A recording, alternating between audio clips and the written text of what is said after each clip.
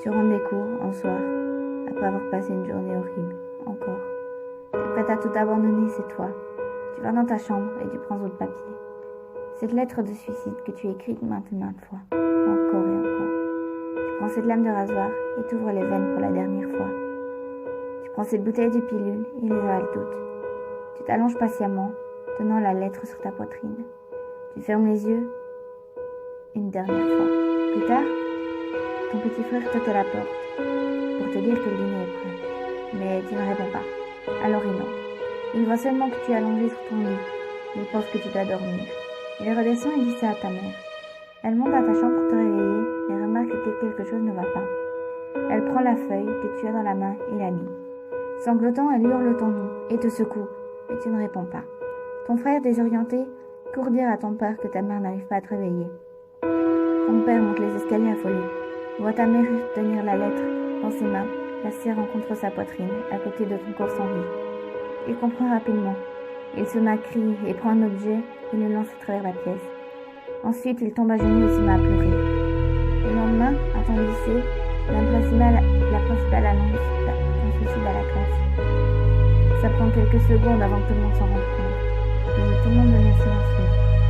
Ils se blâment tous. Les profs pensent avoir été trop durs avec toi. Ces filles populaires repense à tout ce qu'elles t'ont dit de méchants vêtements. Ce garçon qui avait l'habitude de t'ennuyer, de t'insulter, il ne peut pas s'empêcher de se haïr pour ne jamais t'avoir dit à quel point il te trouvait belle en réalité. Ton ex-petit copain, celui à qui tu disais tout, celui qui t'a largué.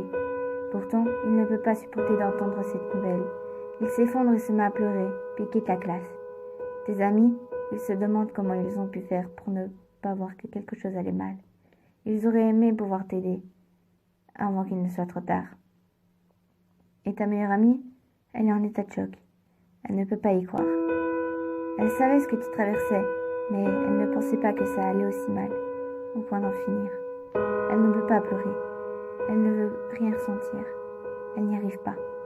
Elle se lève et sort de la classe. Dans le couloir, elle s'effondre par terre tremblante. Elle se met à crier, mais aucune larme ne sort. Quelques jours plus tard, à ton enterrement, il y a la foule. Beaucoup de gens te connaissaient. Cette fille pétillante, celle qui était toujours là pour les autres, l'épaule sur laquelle on pouvait pleurer. Ils parlent tous de bons souvenirs qu'ils ont eu avec toi.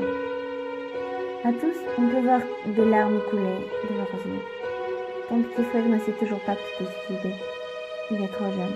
Tes parents lui ont seulement dit que tu étais décédé. Ça le blesse énormément. Tu étais censée être sa grande sœur, être toujours là pour lui. Ta meilleure amie, elle a essayé de rester forte tout le long de la cérémonie. Mais au moment où ton cercueil est mis en terre, elle perd tous ses moyens. Elle se met à pleurer comme elle n'a jamais pleuré. Elle continue pendant des jours et des jours. 2 ans plus tard, tes amis dont la plupart tombaient dans la dépression parlent encore à un conseiller thérapeute une fois par semaine. Certains de tes professeurs ont simplement quitté leur job. Ces filles populaires ont maintenant des troubles alimentaires. Ce garçon qui avait l'habitude de t'insulter et de t'ennuyer s'ouvre les veines. Ton ex-petite amie ne sait plus comment aimer. Il n'a jamais pu avoir une autre relation stable. Ta meilleure amie, elle a essayé de se suicider, mais elle n'y est pas arrivée comme toi. Mais elle a essayé plusieurs fois. Ton frère, il a finalement découvert la vérité sur ta mort. Il se coupe, s'ouvre les veines, pleure le soir. Il fait tout ce que tu as fait pendant des années qui t'ont conduit au suicide. Tes parents, leur mariage est tombé à l'eau.